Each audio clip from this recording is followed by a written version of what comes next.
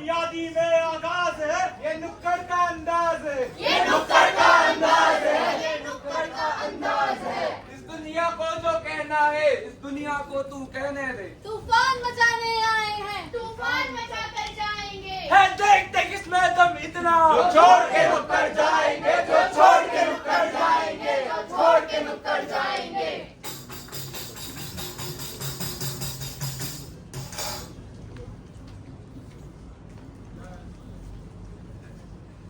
आज के मुख्य समाचार में पूछता है भारत, क्या हम नारीवाद के आंदोलन में बहुत आगे बढ़ चुके हैं या हम अभी भी उसी पारंपरिक समस्या से जूझ रहे हैं जहां पर महिलाओं को पुरुषों द्वारा दबाया जा रहा है। इस मुद्दे पे गहन चर्चा के लिए we have two expert panelist, mister Gautam Sharma, a PhD holder from BHU in Hindi literature, and Miss Holkar, which is the women right activist. वर्तमान समय की विडंबना है कि आज 21वीं सदी में भी अगर नर द्वारा नारी को मानहानि का शिकार होना पड़ता है तो भी नारी को ही दोषी करार दिया जाता है। जी होलकर जी, मैं आपकी इस बात से सहमति रखता हूँ, मगर मैं आपकी इस बात से पूर्णतः सहमत नहीं हूँ। एक पुरुष का जो मन है वो स्वयं दो हिस्सों में बटा हुआ है। एक हिस्सा जो उसको सही निर्णय लेने की ओर अग्रसर करता है, वहीं दूसरा हिस्सा उसके पारंपरिक अहंकार पर निर्धारित है, जो कि उसे गलत राह पर ले जाता है। हम इसे अंग्रेजी भाषा में हिपोक्रेट होना कहते हैं या फिर आम बोलचाल की भाषा में दोगलापन या फिर नकाबपोश कहेंगे। संवाद करते हैं पर जज्बात छुपे हैं। ये जो सामने हैं ये तो बस पुतले हैं। झूठ के पर्दे पर सच खो गया, नकाबपोश हंसा और रात सो गया। टीवी पर तो इस तरह की बातें खूब चल रही हैं, लेकिन क्या हमारे देश के सर्वश्रेष्ठ विश्वविद्यालयों के छात्र भी इस बारे में बात कर रहे हैं? अगर हाँ, तो कैसी, कब और किस तरह से? आइए देखते हैं इन्हीं छात्रों की कुछ बातें और ये अपने शब्दों से कैसे खुद अपने ही दोगलेपन का पर्दाफाश करते हैं। आइए। देख भाई, आज देश फिर से आजाद हो गया। क्यों भाई, ऐसा क्या हो गया? कोलकाता के आरजी कार मेडिकल कॉलेज में एक सेकेंड ईयर पीएचडी के साथ बलात्कार हो गया, पर इन्हें क्या, इन्हें तो कोई फर्क ही नहीं पड़ता। अरे पर हम भाई इसमें कर भी क्या सकते हैं? हमें थोड़ी ना कोई क्रांति लानी है। हाँ भाई, हम लोग कर भी क्या सकते हैं? एक काम करते हैं, सोशल मीडिया में एक स्टोरी लगा देते हैं। हाँ, ये कर सकते हैं। देखा आपने, बलात्कार जैसे जघन्य अपराध के लिए भी हमारी पीढ़ी को एक स्टोरी लगाना अपनी भावपूर्णता की पूर्ति करना मालूम होता है। आइए देखते हैं 5 मिनट बाद जब हमने इन सेम छात्रों की बातें सुनी तो इनका अंदाज मानो कुछ और ही था। भाई, तूने मेघा की स्टोरी देखी? क्या लग रही है यार? हाँ यार, क्या लग रही है। अरे भाई, थोड़ा धीरे बोल। अरे मैं थोड़ी ना कुछ गलत बोल रहा हूँ।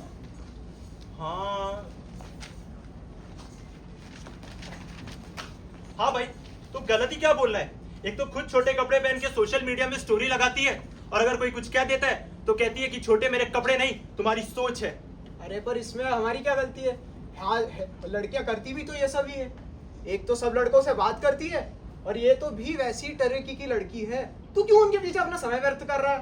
तो एकदम सही कह रहा है। देखा आपने, बस 5 मिनट पहले यही लोग औरतों पे होती हुई जाति के बारे में बात कर रहे थे। यही है नकाबपोश। मैं बदनाम क्यों? मैं बदनाम क्यों? हर बात पे सवाल क्यों? जो आजाद थी उसे बांध दिया, मेरी जिंदगी पे पहरेदार क्यों?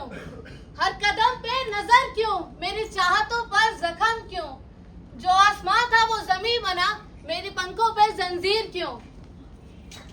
बड़े बुजुर्ग कहते हैं कि जिम्मेदारी जो है गृहस्थी से आ ही जाती है। आइए देखते हैं ऐसे ही एक एनजीओ कार्यकर्ता की वार्तालाप।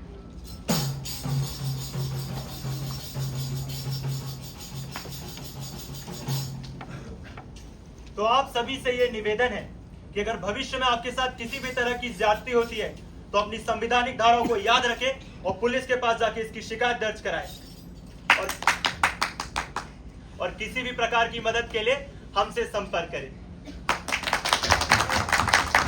धन्यवाद। और इन्हीं चीजों को आत्मसात करते हुए हम महिला सशक्तिकरण की ओर एक कदम बढ़ाएंगे।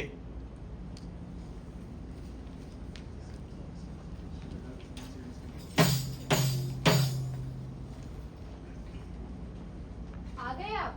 दरवाजा खोलने में इतना समय क्यों लगा दिया? वो जरा मैं किचन में थी। बहाने तो तुम्हारी जुबान पे रहते हैं। अब हाथ धुलाने आ जाओगी, उसके लिए भी इंतजार करवाओगी। कैसा रहा आपका दिन? ठीक था, आज वही औपचारिकता पूरी करके आओ।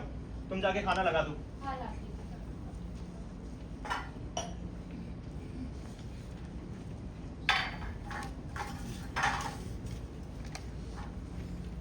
खाने में नमक नहीं है, इधर आओ। सॉरी मैंने कहा इधर आओ। सॉरी सॉरी, भूल गई थी। क्या खाना बनाया तुमने? कुत्ते भी नहीं खा सकते खाना। तुम्हारे सॉरी से पेट भलिया करूं? 17 घंटे काम करने के बावजूद भी ना आदमी को ढंग का खाना नसीब नहीं होता इस घर पे।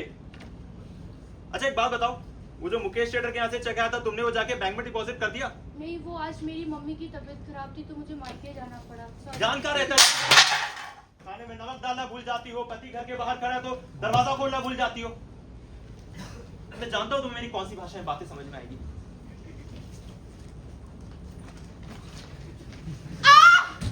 वहां क्या देख रही हो? इधर देखो।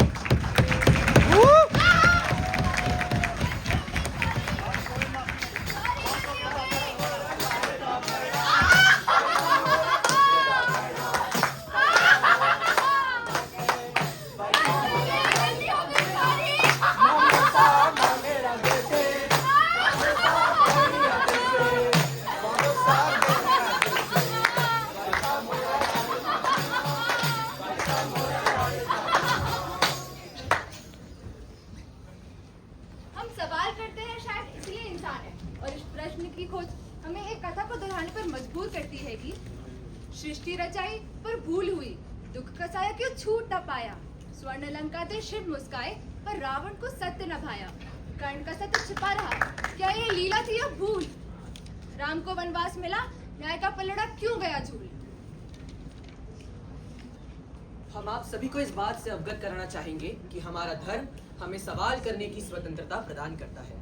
हमारा उद्देश्य किसी की भी भावनाओं को ठेस पहुंचाना बिल्कुल नहीं है।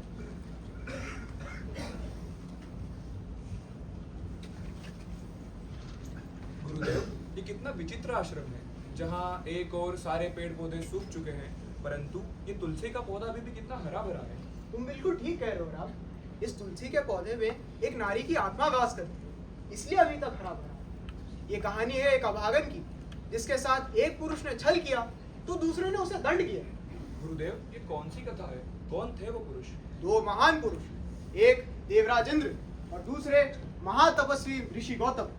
महर्षि गौतम की पत्नी अहिल्या परम सुंदरी थी, जिनकी सुंदरता पर देवराज इंद्र आसक्त हो गए थे। एक रात इंद्रदेव ने चंद्रदेव को आदेश दिए कि वे समय से पूर्व ही सूर्योदय से पहले आकाश से आलोक कर जाए, जिससे महर्षि गौतम सूर्य दर्शन के लिए अपने कुटिया से प्रस्थान कर।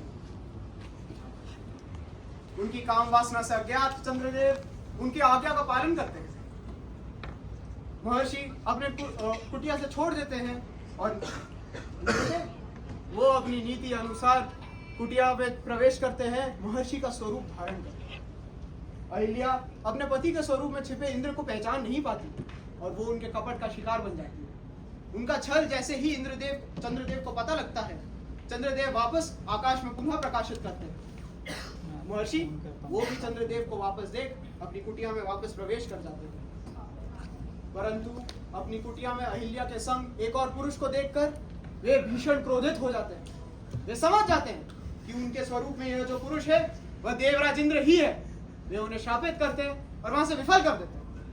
अहिल्या को उसके साथ हुए छल का एहसास होकर वो रोने लगती है, अपने पति के चरणों में क्षमा की भीख मांगने लगती है। स्वामी, मुझे क्षमा करें स्वामी, मेरे साथ हुए अन्याय को देखा ना करें स्वामी, मुझे क्षमा करें। तुझ जैसी निर्लज और नीच स्त्री को अपनी पत्नी के रूप में कभी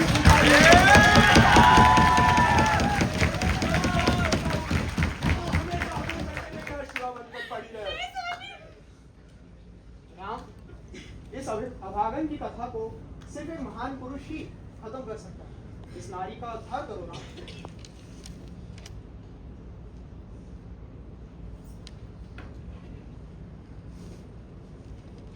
राम, तुम क्यों मुझे छूकर गुजरे? तोड़कर इस पत्थर से क्यों निकाला तुमने? मूर्ति ही मुझे रहने देते। मूर्ति होती तो शायद मेरी पूजा होती। औरतें देवियां मरकर ही बना करती हैं। जिंदा औरत तो सिर्फ एक फकत रूप है जैसे मैं हूँ। जिंदा औरत तो फकत जिस्म है जैसे मैं हूँ। मुझे इस रूप से जिस्म से आजाद करो। मेरी इस रूह को ऐसी दुनिया में आबाद करो जहाँ देखे ना फिर किसी इंद्र की आंखें मुझको, जहाँ फिर कोई गौतम मुझे श्रापित ना करे, जहाँ मेरी मर्जी के खिलाफ मुझ पर कोई हुकूमत ना करे, जहाँ फिर कोई मर्द मुझे देवी से औरत ना करे, जहाँ फिर कोई मर्द मुझे देवी से औरत ना करे।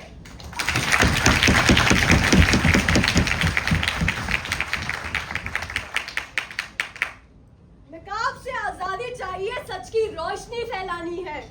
हर नकाब पोश को पहचानो क्योंकि बदलाव की जिम्मेदारी हमारी है।